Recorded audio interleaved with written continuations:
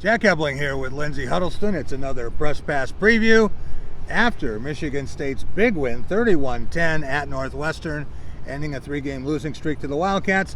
Now coming home for a homecoming game, 3:40 Saturday afternoon against the Indiana Hoosiers. We'll be right here. We got our seats early. We're in line waiting for this big crowd to come. It was a great road game going to Evanston, beautiful community, and I think it was really big. My concern about the Spartans, Jack, is that they get these big emotional wins like they had against Western Michigan University, in my opinion. Yeah. Then they come back to a team like Arizona State.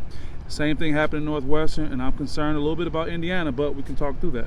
Yeah, I don't think the win over Western Michigan was really that big. Okay. I don't think it got them going. I think they played one bad game out of 4. Okay. The defense was so good in the opener against Tulsa. The offense had the struggles I expected. Then they got everything going against an inferior opponent in the Broncos. And then they played Arizona State, and they had a lot of things going, over 400 yards of offense, but made so many mistakes, and I think they corrected most of those last week. I wonder if this one mistake was corrected. Matt Conklin, their kicker, and the challenge that he had.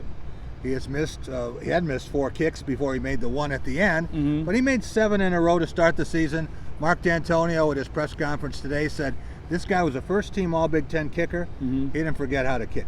Right. I think it's Mark D'Antonio keeping the confidence going. We also talk about that with a player like Connor Haywood, who struggled, but in the Northwestern game, he got his number called a few times. And I think that's a veteran coach making sure he picks up his players along as they go. Well, Connor Haywood is not going to be a key player for this team. The guys who are going to decide whether they win or lose, first of all, an amazing defense. Joe Bocci, the Big Ten Defensive Player of the Week, had a record for production points at Michigan State, had 53 of those. Wow. And Mark D'Antonio said going back to 1995, he couldn't recall anybody even getting 40. Wow. And then you look at the offense, and Brian Lewerke has the most pass attempts, the most pass completions, and the second most passing yards in the Big Ten.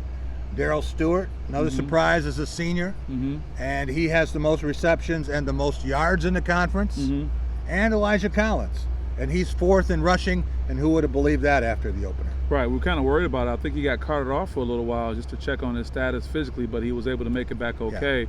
But I think it's really important that this team keeps those players together, keep that continuity, and again, be able to carry that in to this homecoming Saturday. Playing for the old brass spittoon trophy that is 190 years old, and it looks like it. And Michigan State has dominated this series since it began again with Big Ten play. Indiana very seldom gets a win over a team from the state of Michigan. Hasn't beaten Michigan since 1987. Right. I know that Indiana program has been struggling, but a few things you want to look out for. Just worth noting. With Coach Tom Allen, they have a new offensive coordinator. They poured a lot of money into him, several $100,000. Their athletic facilities, although they're playing on the road at Michigan State, have been upgraded. I like to say you look good, you play good. I think there are a lot of other factors. And finally, the tale of two coaches, Coach D'Antonio with this record-breaking 110 wins, he's not worried about things going forward, not downplaying it, but Tom Allen, I think, has a lot to prove.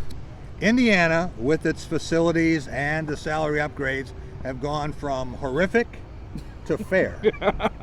But they're still behind Michigan State. They're still way behind Penn State. They're way behind Michigan, and they are light years behind Ohio State. We saw that. Those teams played in Bloomington 2 weeks ago. Ohio State won 51-10. Could have won by more. Could have named its score. Indiana has 2 quarterbacks that feels good about. Right. But to come in and run against this Michigan State defense, that's asking a lot for anybody. I like that. They go from being horrific to fair. So it's not that Indiana can beat Michigan State, but what about Michigan State beating themselves? That can always happen. Right. We've seen Michigan State in one of those double-digit penalty games. The penalties. Starts turning the ball over.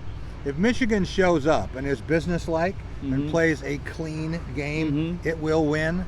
But so many people, Lindsey, are talking about, hey, going to Columbus, hey, going to Madison, what's going to happen in early October, forgetting Michigan State doesn't have a bye this week. Right.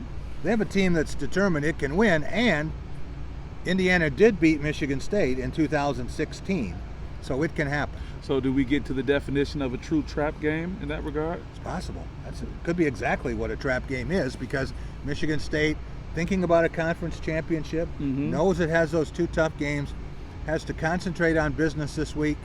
Brian Lewerke has to play the game he's capable of doing, and the offensive line has to continue to improve. Right. One chink, if you will, I've seen in the Spartan armor is that they go back and forth. The pendulum swings up one game, then back the other. So if we were betting, all bets would be on Indiana, that they're not locked in as they need to be, and I will hope with this being a second conference game that they can get focused and stay focused.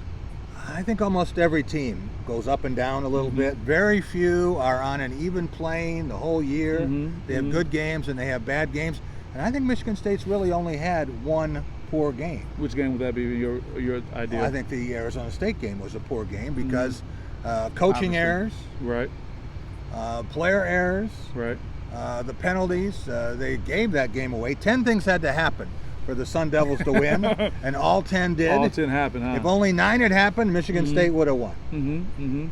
Took a missed call by the officials. It took 12 men on the field. Everything that possibly could go wrong did go wrong. I think Michigan State is past that now. Right. I'll always be a devil advocate because it helps me bring out the great knowledge you have and you can share, you know. So here's the thing.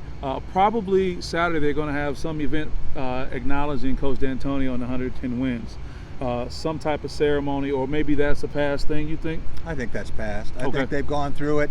They did the clap 110 that they do 110 times. They had the hats. They had a great hat. There may be some announcement, but not going to be a big deal. Not going to be a big deal. That's history. And Mark D'Antonio doesn't want that. He wants to focus. He wants to focus. All he wants is his players to concentrate on Saturday afternoon. And if they do that, they'll be fine. Then they play the real opponents. Then they do. I hear what you're saying with the coach wanted them to focus, but I think what may be lost on this generation of athletes sometimes is the coach may want that, but sometimes it gets lost in translation when it works its way down to the players to make sure they can keep their focus. Someone like Raekwon Williams and the Planishuk boy, I say their name bad. Planishuk. The Planishuk boys. Yep. I got to work on that. Say it 10 times.